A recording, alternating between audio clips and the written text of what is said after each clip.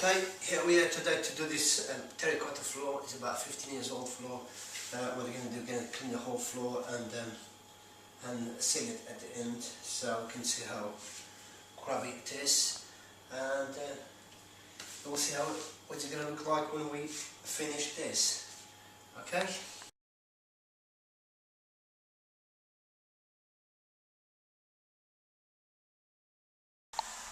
Right, we have finished cleaning this floor and sealed the floor with the matte finished seal. As you can see the difference already all over the floor, and that's it really. This floor is ready to go into use, and this is what you get when you clean this